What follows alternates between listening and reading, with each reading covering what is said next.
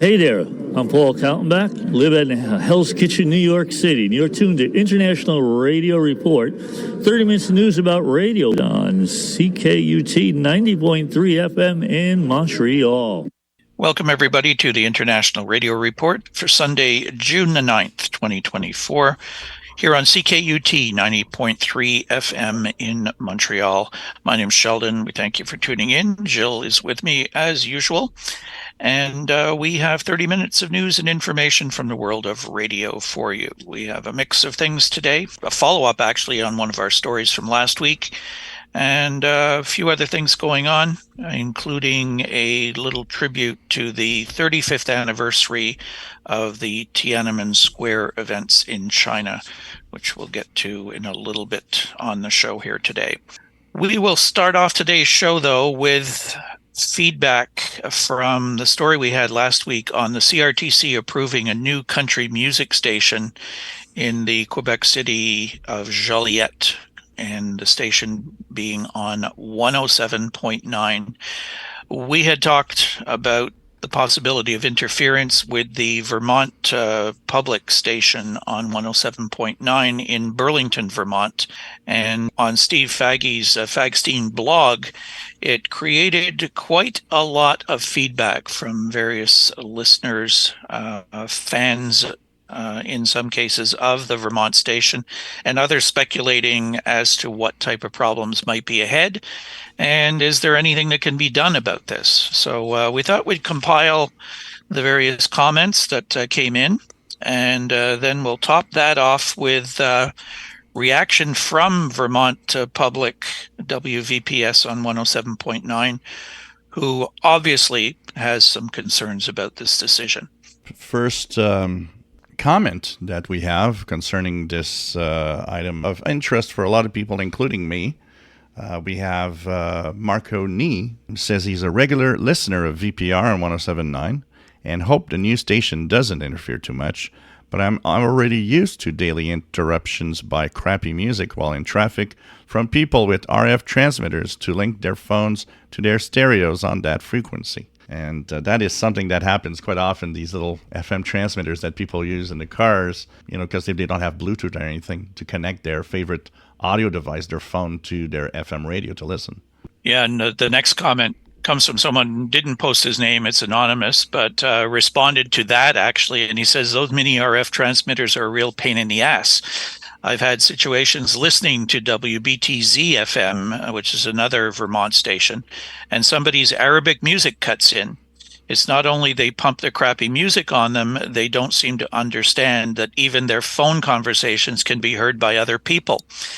Get a Bluetooth attachment instead of these mini RF transmitters for their cars.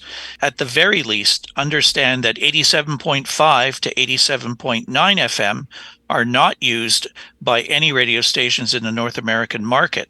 Use those frequencies. It's part of RF TV channel 6, and most markets in North America don't use it because it's a crappy frequency for TV use with ATSC 1.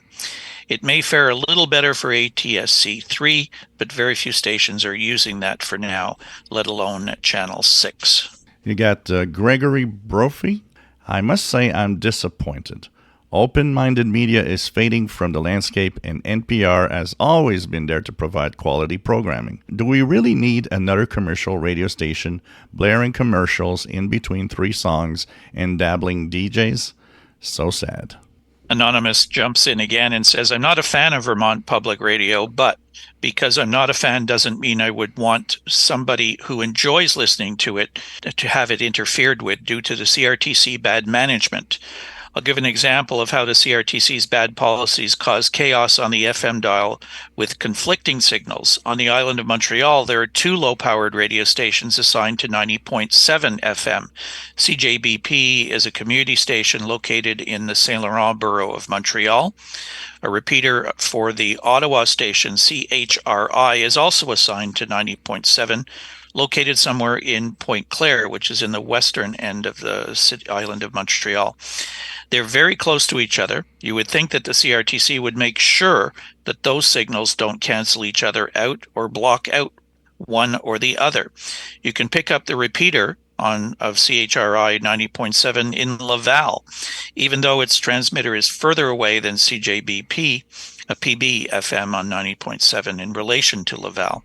This is the CRTC's doings, and don't believe anyone that says there isn't a spot on the FM dial for one of those stations to be assigned on 88.1, because there used to be a low-powered station on 88.1 until it shut down. The CRTC mismanages, doesn't understand, whatever you want to call it, how signals work. They just jam things all over the place on the dial and cause chaos. Basically, mismanagement of the band. A response from Steve Faguy here. He says, first of all, Spectrum is regulated by Innovation, Science and Economic Development Canada, the ISED. So the CRTC defers to the ISED in determining whether an application is technically feasible, and ISED accepted both D stations' submissions. Neither is meant to serve Laval. 88.1 could be another option for a low-power station, provided it properly protects CBC Radio 1 on 88.5. It seems that Anonymous is really upset by all of this, not just the 107.9, but he chimes in again. He says that the point is not that neither station is meant to serve Laval. The point is that one of these stations is killing the signal of the other, so much so that the most distant station to Laval comes in clear, while the closest station to Laval cannot be heard at all. And I have even checked it while driving in Saint Laurent, and it's the same situation. If this is happening into Laval, then it is equally so for the areas it's supposed to serve, since the transmitters are so close to each other and both are using the same frequency. He then asks, why do we need to protect CBC1 on 88.5? Don't the other stations deserve the same on 90.7 FM? What's so special about the CBC? So and just one more point on 107.9, WVPS FM uses HD radio. What that means is that the digital part of the signal is on the sidebands of analog 107.9. This means 107.8 and 108.0 are being used by the digital signal. Let's see how that works out with radios that can pick up the HD radio signals and then replaces the analog 107.9. We'll see which station gets cut out then. So, of course, in response to that same comment, Steve Faguy says, I'm not sure why a 51-watt station would be overpowering a 50-watt station in the latter's service area. But if there's improper interference, you can report it to the ISED, the Spectrum Management Division. Though they're not very obvious about how to contact them about these things. And try to find a page. Good luck. Right. Exactly. Note that the Saint Laurent station's license is unprotected low power, which means it can't stop another legally constituted station from interfering with it. The Pointe Claire station accepted that in its CRTC application that it could receive interference from the Saint Laurent station outside Pointe Claire. And Steve goes on to respond to the comment about why CBC Radio 1 on 88.5 needs protection. He says interference rules have limitations on how strong a signal can be compared to an existing station on the same frequency, a first adjacent or a second adjacent channel. And CBC's 88.5 station is second adjacent to 88.1. So basically what he's saying is if they did put an 88.1 signal in Montreal, it had to be able to secure any interference happening to 88.5. Some have argued protecting second adjacent channels is no longer necessary and they should be opened up. And there are many exceptions. Currently, 90.7 is also second adjacent to CKUT on 90.3, which is our station, but CKUT agreed to allow those stations on 90.7. So that kind of puts the damper on that comment. And then last comment from Steve Faguy, and he says, what that means that the digital part of the signal is on the sidebands of analog 107.9. This is a valid concern and could mean areas on the fringe could hear the new station on analog, but if you switch to HD, you would hear WVPS. But this would likely be in areas that aren't in either station's protected service area. So like here, I'd be curious when that happens.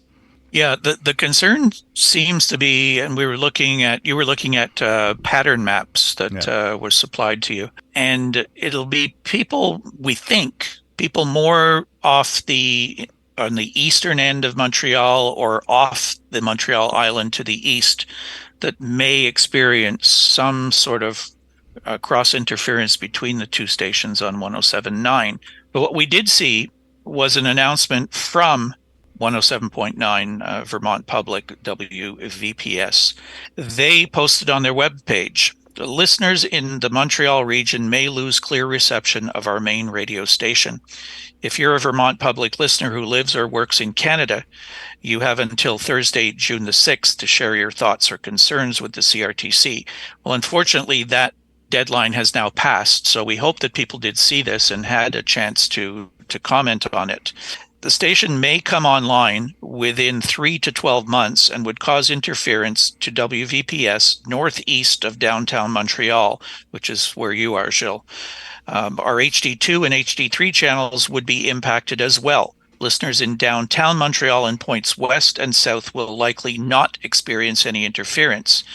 The CRTC is not required to provide protection to WVPS or any US-based signal due to an international treaty that provides no interference protection for US signals on Canadian soil and vice versa. As long as the new station doesn't interfere with WVPS on the US side of the border, it can legally operate in Canada.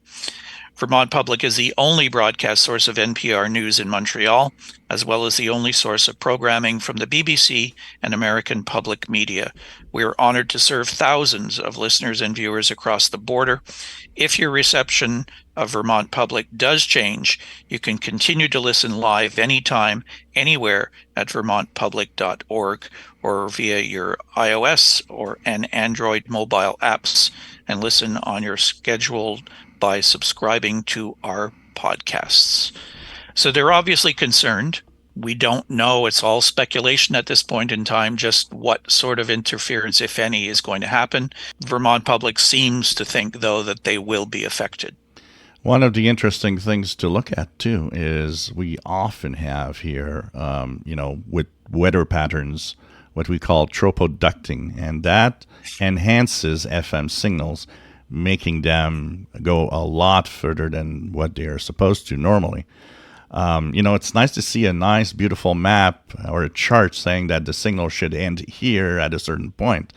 That's not the way radio signals work. If you think there's a wall that the signal hits and is going to bounce back, that's not happening.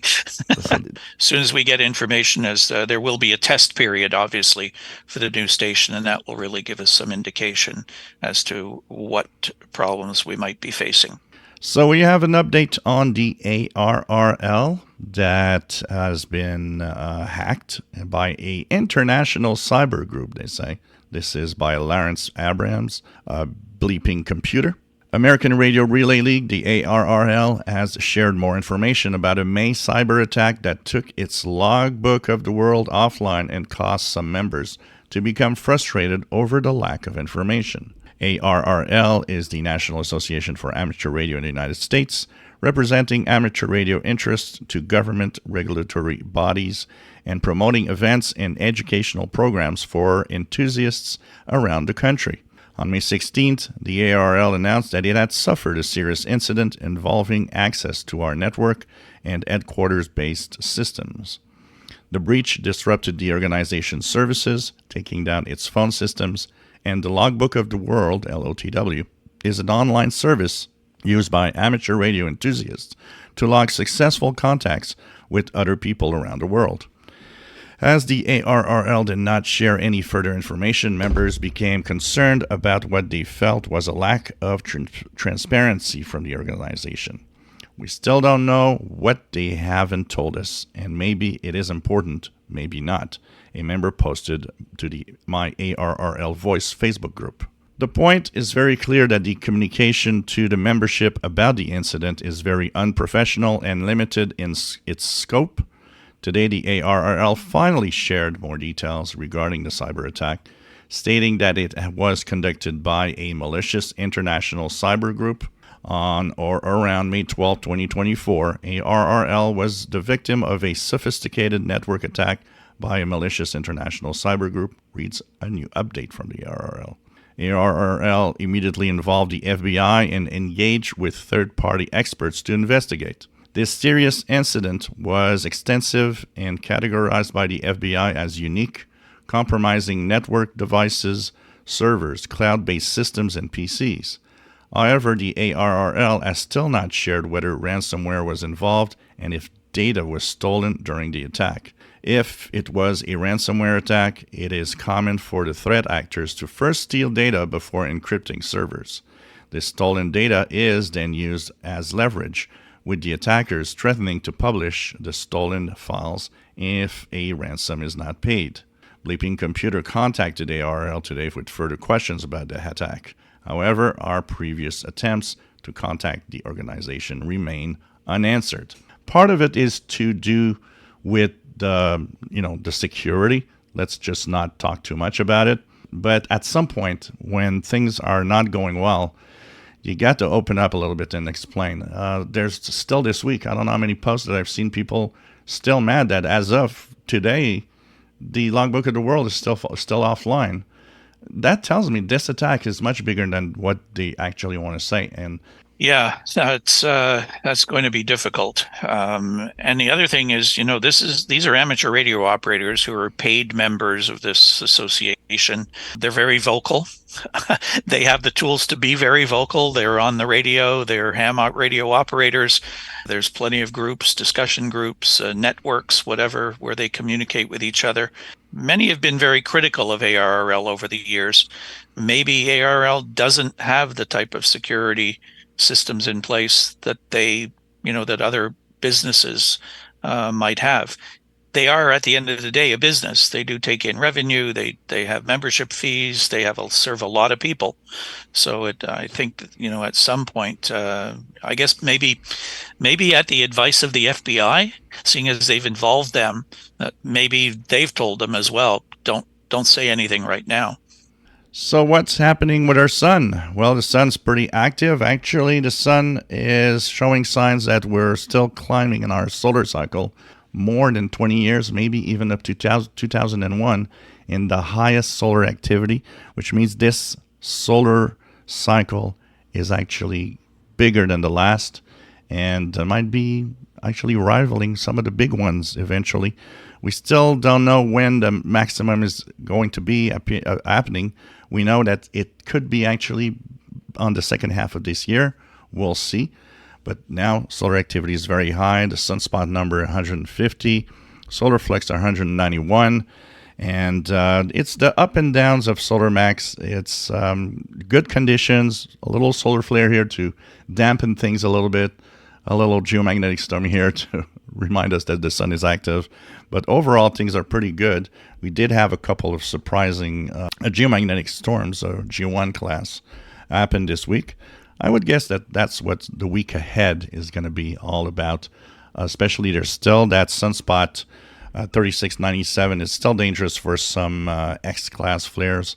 So we'll see what happens. But in general, when it's not too flary out there, it's actually very, very good conditions. I mean, 15-meter band was open every night with amateur radio stations from across Europe. So it was really cool. But the only way that you can witness and hear all of this is, well, to turn on a radio and listen. This is Peter Laws in Norman, Oklahoma. AM, FM, shortwave, amateur radio, and more. You'll hear all the latest news from the world of radio each week with Sheldon and Gilles on the International Radio Report on CKUT 90.3 FM in Montreal. Just this week, we marked the 35th anniversary. I can't believe it's been 35 years, but yes, the 35th anniversary of the Tiananmen Square events in China. On the 35th anniversary of the Tiananmen Square massacre, we remember the tens of thousands of peaceful Chinese pro-democracy protesters who were brutally assaulted for standing up for freedom, human rights, and an end to corruption. 35 years later, the true toll from that day is still unknown, but we honor all of those killed and imprisoned on June the 4th, 1989, and the days that followed. We also honor the many voices now silenced throughout the country, including the Xinjiang, Tibet, and Hong Kong people. We will continue to speak out and work with the international communities to promote accountability for China's human rights abuses, both within and outside its borders. We echo the call for the brave Tiananmen demonstrators for China to recognize and respect the human rights and fundamental freedoms enshrined in the Universal Declaration of Human Rights, to which it is a signatory. We call upon China to accept the many recommendations made this year during the Universal Periodic Review of its human rights records, including unconditionally releasing those it has arbitrarily and unjustly detained. As Beijing attempts to suppress the memory of June 4th, we stand in solidarity with those who continue the struggle for human rights and individual freedom. The courage and sacrifice of the people who stood up in Tiananmen Square 35 years ago will not be forgotten. And to help us remember that, we have a brief recording that I was fortunate enough to make back in June of 1989 in a really historic broadcast from Radio Beijing. Please remember June the 3rd, 1989. The most tragic event happened in the Chinese capital, Beijing. Thousands of people, most of them innocent civilians, were killed by fully armed soldiers when they forced their way into the city. Among the killed are our colleagues at Radio Beijing. The soldiers were riding on armored vehicles and used machine guns against thousands of local residents and students who tried to block their way. When the army convoys made a breakthrough, soldiers continued to spray their bullets indiscriminately at crowds in the street. Pretty dramatic stuff. Yeah, pretty dramatic. There's been a lot of stories about that announcer. It's believed that he was the head of the English department, a gentleman by the name of Lee Don. That has not been 100% confirmed, but that was the belief at the time. He was never heard again, whoever he was. We don't know what his fate was. We do believe there were reports that he was immediately arrested and tried. After that, we can't say. What was interesting that night was hearing that broadcast. It aired twice on the Eastern and Western North American services of Radio Beijing. It was spontaneous. He just decided that he needed to go on the air and tell people about what was happening. Subsequent broadcasts for the next number of days from Radio Beijing mentioned nothing whatsoever about what took place those days. So that is I guess, a real piece of history with that recording, and a brave person stepping forward and realizing the message needed to get out, and shortwave was a way to do it. Yeah, definitely. I still have that image, a very powerful image of that young protester in front of that big tank. And the tank tries to it tries to avoid him. It obviously doesn't want to go over him. And that brief moment where they open up the hatch where the protester goes and talks to them, and then like people pulling him away and running away. That's very powerful, and it's interesting to see that inside China, all of this is really, really not talked about at all, and it's not in any history books in China, I'm pretty sure. There were reports that anybody who was going to try to mark the occasion in China was going to be detained. So, the things have not really changed all that much in 35 years. So into something that is lighter, but not necessarily more fun. How exciting is this? I can't bear it. I can't wait for you to tell everyone about it. Capital FM launches new radio station dedicated entirely to Taylor Swift, ahead of the singer's UK tour. This is by Laura Parkin of the Daily Mail UK. Capital FM has launched a new radio station dedicated entirely to Taylor Swift, ahead of the singer's UK tour. The broadcaster announced its pop-up radio station streaming live on Global Player, the official Capital app, dedicated to the singer on Monday. Capital, Taylor's version, has been launched to celebrate the highly anticipated UK leg of Taylor's ongoing 6th concert tour, the Eras Tour. Capital are giving her fan base the chance to listen to their favorite artist all day, every day, with UK's #1 Swift music station. It's the first time in the UK that a national DAB radio station has been dedicated to a single artist. Capital, Taylor's version, will play Taylor's top hits from her critically acclaimed albums, including 1989 Taylor version Red, Taylor's version Midnights and Folklore. The station will be bringing listeners all the latest on Taylor as she tours across the UK and hearing from fans attending pre- and post-shows. The highest-grossing concert tour of all time saw Taylor come to the United Kingdom on Friday, June 7th, to perform her first show in Edinburgh before descending into Liverpool, Cardiff, and 8 shows at Wembley Stadium in London. Brent Tobin, manager-editor of Capital, said, "We were so excited to create this pop-up radio station to celebrate Taylor Swift. It's set to be a fan favorite, with not only the greatest songs, but top trivia and tour news. We'll be on air until it's so long, London, and we hope all the Swifties join us for the ultimate tour celebration." Capital Taylor's version is available across UK on DAB, digital radio, and on Global Player, the official Capital app, and your smart speaker. Play Capital Taylor's version, iOS and Android device, which I will not do. I will make sure that I can even block them, but that is apparently going to happen. I don't know, Gilles. You were getting a little choked up there, I think, in that article. I think God. You were getting a little bit excited about that. You know? Oh, way too much. I don't know. I think I'm going to dedicate all my radios to it.